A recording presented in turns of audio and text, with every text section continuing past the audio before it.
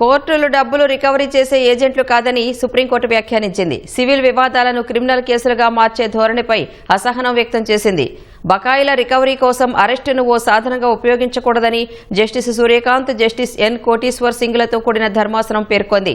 ఇటీవల కాలంలో డబ్బును రికవరీ చేయడానికి క్రిమినల్ కేసులు నమోదు చేస్తున్నారని, అవి పూర్తిగా సివిల్ వివాదాలని తెలిపింది. ఉత్తరప్రదేశ్కు సంబంధించిన ఓ క్రిమినల్ కేసు విచారణ సందర్భంగా సుప్రీంకోర్టు ఈ వ్యాఖ్యలు చేసింది. డబ్బు రికవరీ వివాదంలో ఒక వ్యక్తిపై కిడ్నాప్ అభియోగాలు మోపారని ధర్మాసనం పేర్కొంది. అరెస్టులు చేసే ముందు తమ వద్దకు వచ్చిన కేసు క్రిమినల్లా లేదా సివిలా అని పోలీసులు సరిగా పరిశీలించాలని ధర్మాసనం హితవు పలికింది. ఇలాంటి కేసులు పోలీసులను క్లిష్ట పరిస్థితిలోకి నెట్టివేస్తాయని ఉత్తరప్రదేశ్ ప్రభుత్వం తరపున హాజరైన additional solicitor general KM Nataraj అంగీకరించారు.